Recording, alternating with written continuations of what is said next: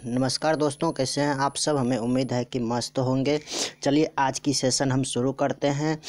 जैसे मेरे प्यारे बच्चों, आप सभी आदमी जानते होंगे कि आज की जो सेशन है हम 51 से 100 तक का हिंदी का क्वेश्चन करने वाले हैं। मॉडल सेट 1 का, यानी मॉडल सेट हिंदी का जो है सेट 1 का करेंगे।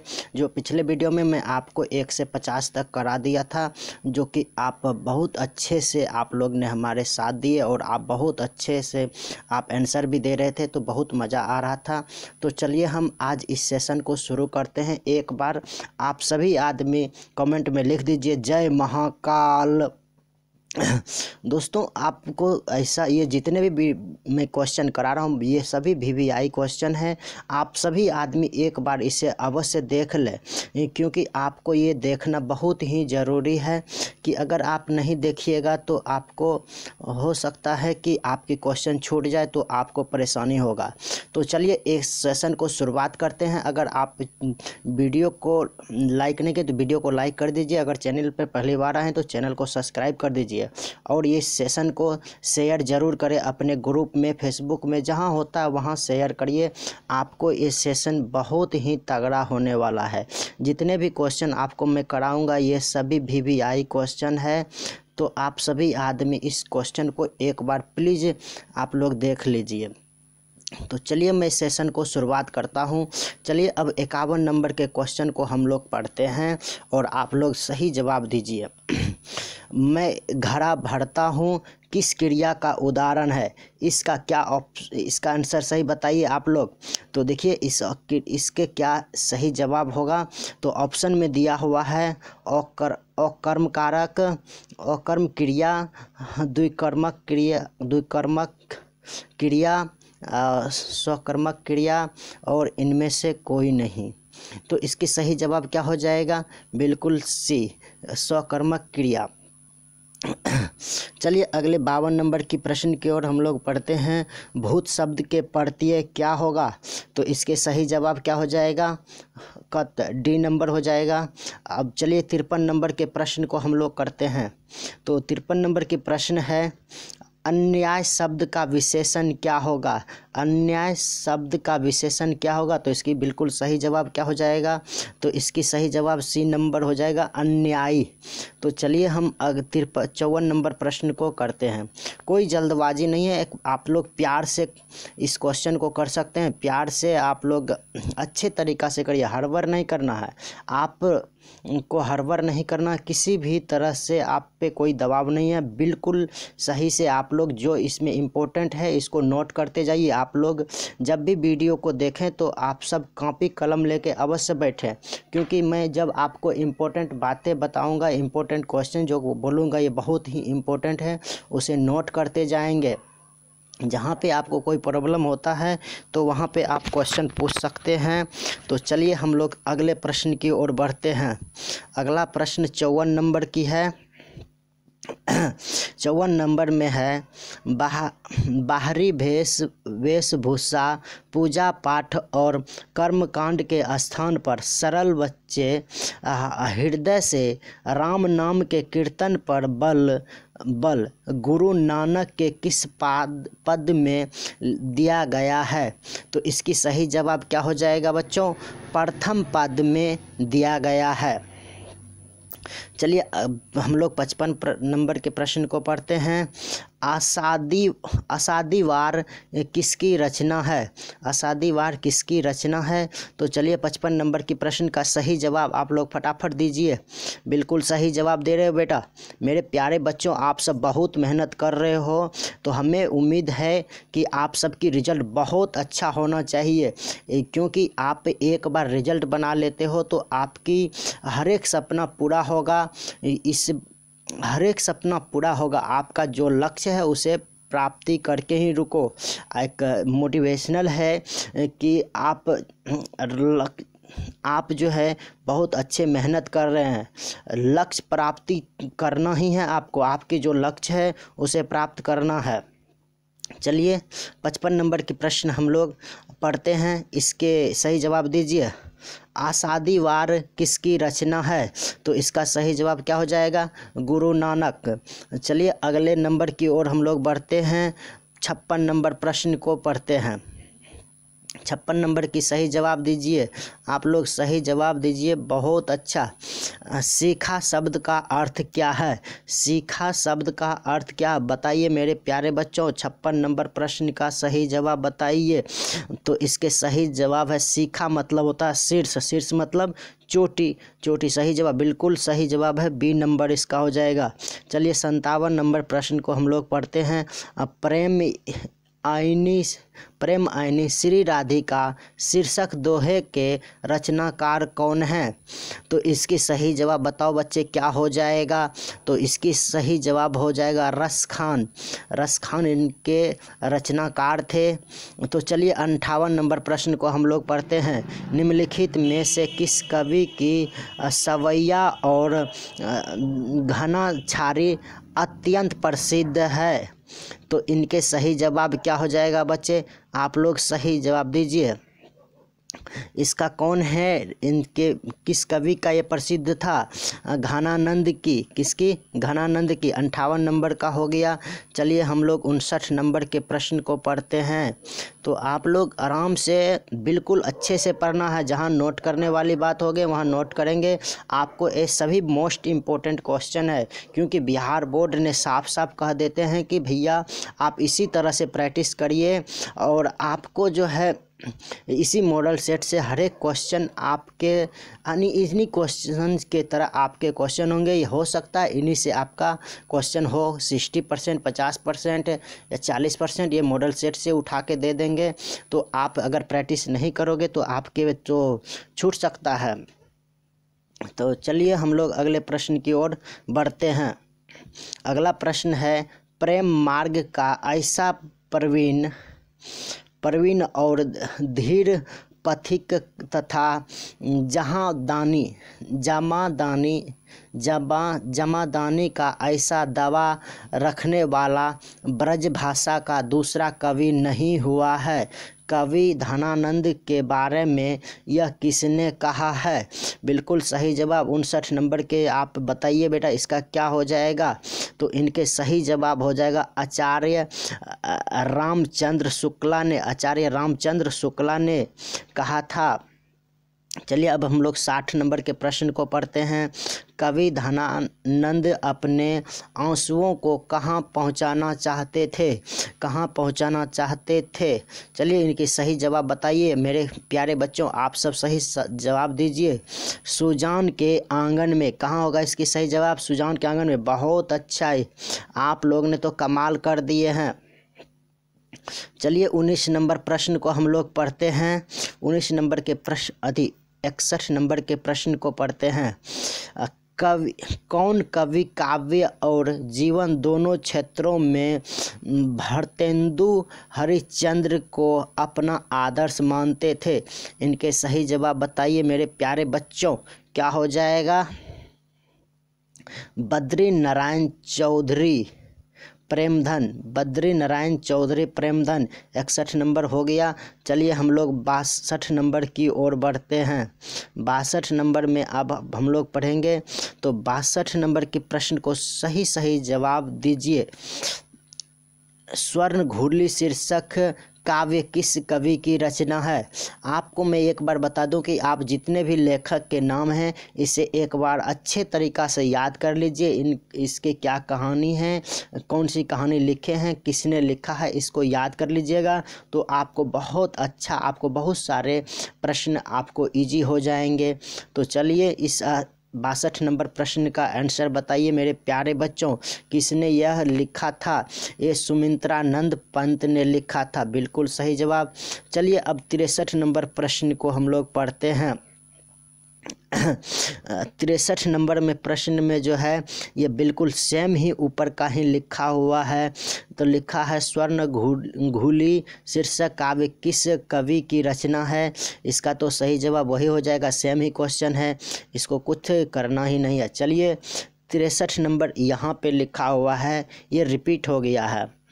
तो चलिए थोड़ा ये मिस प्रिंटिंग के कारण होता है। 63 नंबर प्रश्न को पढ़ते हैं। आत्मजयी नामक प्रबंधक काव्य किसकी रचना है? किसकी रचना है? 63 नंबर प्रश्न का आंसर बताइए क्या हो जाएगा। बिल्कुल सही जवाब आपने दिए हैं, इसका आंसर हो जाएगा क्या? कुंवर नारायण की। बिल्कुल सही जवाब आपने दिए हैं। चलिए अब हम लोग पढ़ते हैं 64 नंबर प्रश्न को। दो रा समय के रथ का घर्णन नाद सुनो, हिंसासन खाली करो कि जनता आती है। यह पंक्ति किस शीर्षक कवि की है? बिल्कुल बहुत ही अच्छे प्रश्न हैं। इस प्रश्न का आंसर आप दीजिए। 64 नंबर प्रश्न का आंसर क्या हो जाएगा मेरे प्यारे बच्चों?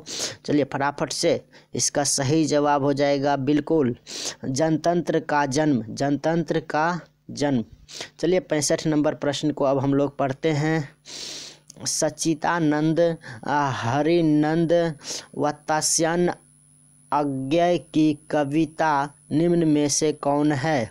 चलिए 65 नंबर की सवाल बिल्कुल सही जवाब दीजिए। आप लोग कमेंट करके बताइए। आप बहुत अच्छे, आप इस सेशन को आप लोग ने लाइक किए हैं, बहुत आपका मैं थैंक यू करता हूं। तो चलिए इसकी सही जवाब क्या हो जाएगा? हिरोशिमा। हिरोशिमा। चलिए अगले प्रश्न की ओर हम लोग 66 नंबर प्रश्न को पढ़ते हैं। 66 नंबर में है हिरोशिमा शीर्षक कवि में जली हुई छाया किसकी साक्षी है? किसकी साक्षी है मेरे प्यारे बच्चों? मानव की। किसकी साक्षी है? मानव की। चलिए अब हम लोग किस प्रश्न को पढ़ते हैं तो 67 नंबर प्रश्न को पढ़ते हैं। एक वृक्ष की हत्या कविता में कौन हमेशा चौंकाना रहता है? तो इस 68 नंबर प्रश्न की सही जवाब दीजिए मेरे प्यारे बच्चों। कौन हमेशा चौंकाना रहता है? तो इसका वृक्ष हो जाएगा।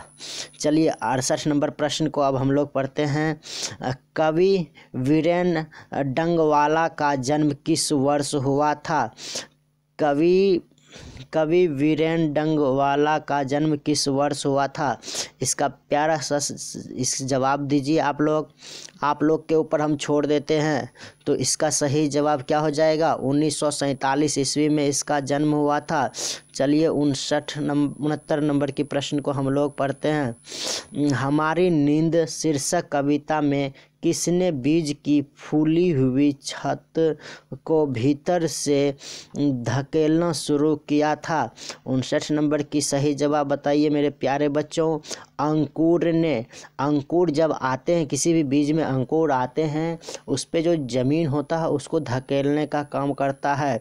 चलिए 70 नंबर प्रश्न को हम लोग पढ़ते हैं। किस काव्य संग्रह पर वीरेन डंगवाला को साहित्य अकादमी पुरस्कार प्राप्त हुआ था? दुष्चक्र में सम्राट। इसका सही जवाब क्या हो जाएगा? D number. चलिए 71 नंबर प्रश्न की ओर हम लोग बढ़ते हैं। 71 नंबर प्रश्न में क्या है तो इनकी सही जवाब आप लोग बताइए। अस्तित्व का मानचित्र नामक आलोचना किस रचना है? किसकी रचना है मेरे प्यारे बच्चों? इसकी सही जवाब बताइए। अनामिका का। किसका है? अनामिका का। चलिए हम लोग 72 नंबर प्रश्न की ओर बढ़ते हैं। कवित्री अनामिका का जन्म स्थान कहाँ है? कवित्री अनामिका का जन्म स्थान कहाँ है मेरे प्यारे बच्चों? इनकी सही जवाब आप लोग जानते हैं, क्या होगा? बिहार। चलिए हम लोग अगले प्रश्न की ओर बढ़ते हैं। तो अगला प्रश्न है, लेखक श्रीनिवास को साहित्य अकादमी ने किस वर्ष पुरस्कृत किस वर्ष पुरस्कृत किया? तो इनकी सही जवाब क्या हो जाएगा? 1968 ईस्वी में इसको पुरस्कृत किया। चलिए हम लोग अगले प्रश्न की ओर बढ़ते हैं। 74 नंबर की प्रश्न में 74 नंबर प्रश्न, दही वाली मगम्मा शीर्षक कहानी का अनुवाद किसने किया? दही वाली मगम्मा शीर्षक कहानी का अनुवाद किसने किया? तो चलिए इसके प्यारे जवाब आप लोग बता दीजिए। बिल्कुल सही जवाब इनका क्या हो जाएगा? इसकी सही जवाब क्या होगा? KR नारायण ने। किसने किया था? KR नारायण ने। चलिए अब हम लोग 75 नंबर प्रश्न को पढ़ते हैं। 75 नंबर प्रश्न में है, दहते विश्वास शीर्षक कहानी के लेखक का नाम क्या है? लेखक का क्या नाम है? सतकोरी होता सतकोरी। चलिए हम लोग 76 नंबर प्रश्न को पढ़ते हैं। 76 नंबर प्रश्न में, पिछले कई दिनों से लगातार बारिश होते देख लक्ष्मी को क्या लगा? लक्ष्मी को क्या लगा? तो आप लोग प्यारे बच्चों, आप लोग फटाफट से आंसर दीजिए। आप हमारे साथ प्रैक्टिस करोगे तभी आपके अच्छे मार्क्स आएंगे। चलिए इसका क्या सही जवाब होगा? देखिए प्रश्न पढ़ते हैं। पिछले कई दिनों से लगातार बारिश होते देख लक्ष्मी को क्या लग रहा था? उसको लग रहा था कि अब बाढ़ आ जाएगा। क्या आ जाएगा? बाढ़। तो इसके सही जवाब क्या हो जाएगा? बाढ़ आएगी। चलिए हम लोग 77 नंबर प्रश्न की ओर बढ़ते हैं। 77 नंबर प्रश्न में क्या है कि जन्म से पागल और गूंगी कौन थी? जन्म से पागल और गूंगी कौन थी? इनकी सही जवाब क्या होगा? ये कौन थी? मंगू। चलिए 78 नंबर प्रश्न में, मंगू के अलावा माँ को कितनी संतानें थी? मंगू के अलावा माँ को कितनी संतानें थी? बिल्कुल सही जवाब कितना था? 3। चलिए अब 79 नंबर प्रश्न में हम लोग जाते हैं। नगर शीर्षक कहानी के लेखक कौन हैं? लेखक का क्या नाम है? तो इनकी कौन है? तो सुजाता। कौन है? सुजाता। चलिए हम लोग अगले प्रश्न 80 नंबर की ओर बढ़ते हैं। 80 नंबर के प्रश्न में है कि बलियम्मा की बेटी का नाम क्या था? बलियम्मा की बेटी का नाम क्या था? इस प्रश्न का सही जवाब बताइए। पपाती। बहुत अच्छा। चलिए 81 नंबर प्रश्न में हम लोग पढ़ते हैं। आपको अब कुछ अच्छे प्रश्न आ रहे हैं ग्रामर से रिलेटिव। निम्न में से शुद्ध वाक्य चुने। खबर सुनकर मैं विस्मय हो गया। ऑप्शन नंबर ए में है। ऑप्शन नंबर बी में है, तुम्हें मेरी प्रतीक्षा देखनी चाहिए थी। ये भी गलत है। ऑप्शन नंबर सी में है, यहाँ आप अपने हस्ताक्षर कर दीजिए। ये भी गलत है। और आपको डी नंबर में है, इस चिट्ठी में जो भी कहा है झूठ है। इनके बिल्कुल सही जवाब क्या हो जाएगा? डी। चलिए 82 नंबर प्रश्न में, दुख शब्द का पर्यायवाची शब्द क्या होता है? दुख शब्द का पर्यायवाची शब्द क्या होता है? मेरे प्यारे बच्चों, पर्यायवाची शब्द आप लोग पढ़े हैं, तो इसमें क्या हो जाएगा? सुमन। यह भी नहीं होगा। सुमन नहीं होगा। और क्या? धन। ये भी नहीं होगा। और गाछ। यह भी नहीं होगा। पीड़ा। दुख का क्या होता है? पीड़ा पहुंचता है। चलिए हम लोग 83 नंबर प्रश्न की ओर बढ़ते हैं। 83 नंबर प्रश्न को पढ़िए। आकाश शब्द का विलोम क्या है? आकाश शब्द का विलोम क्या है? पाताल। बहुत अच्छा। चलिए 84 नंबर प्रश्न की ओर हम लोग बढ़ते हैं। 84 नंबर में, जिसका माता पिता ना हो के लिए एक शब्द क्या है? अनाथ। बहुत अच्छा। और चलिए हम लोग 85 नंबर प्रश्न को पढ़ते हैं। दूध का दूध, पानी का पानी, लौकिक का अर्थ क्या है? दूध का दूध, पानी का पानी, लौकिक का अर्थ क्या है? तो इसका क्या अर्थ होगा? सही न्याय करना। क्या? सही न्याय करना मुहावरे का अर्थ बता रहा है। चलिए 86 नंबर प्रश्न को हम लोग पढ़ते हैं। सेना नायक शब्द कौन सा समास है? सेना नायक शब्द कौन सा समास है? तत्पुरुष। बहुत अच्छा। चलिए अगले हम लोग 87 नंबर प्रश्न को पढ़ते हैं। 87 नंबर में है, आंखें खुलना, आंखें खुलना मुहावरे का अर्थ क्या है? सजग होना, अपनी बड़ाई आप करना, बुरा लगना, घमंड होना। इसके सही जवाब क्या हो जाएगा 87 नंबर का? आंखें खुलना मतलब सजग होना। चलिए 88 नंबर प्रश्न को हम लोग पढ़ते हैं। वह कल घर जाएगा किस काल का उदाहरण है? यह बिल्कुल ए नंबर होगा। क्या? भविष्य काल का। वह कल घर जाएगा। चलिए अब 89 नंबर के प्रश्न को पढ़ते हैं। पगड़ी शब्द क्या है? पगड़ी शब्द क्या है? बिल्कुल अच्छे प्रश्न हैं। इसका क्या है? देशज है। क्या है? देशज। चलिए हम लोग 90 नंबर प्रश्न को पढ़ते हैं। पर्वत शब्द का विशेषण क्या होगा? पर्वत शब्द का विशेषण क्या होगा? आप लोग प्यारे बच्चों बताइए विशेषण, इसकी विशेषता बता रहा, विशेषता बताने वाले को क्या कहते हैं? पर्वतीय। क्या होगा? पर्वतीय। चलिए हम लोग 91 नंबर प्रश्न को पढ़ते हैं।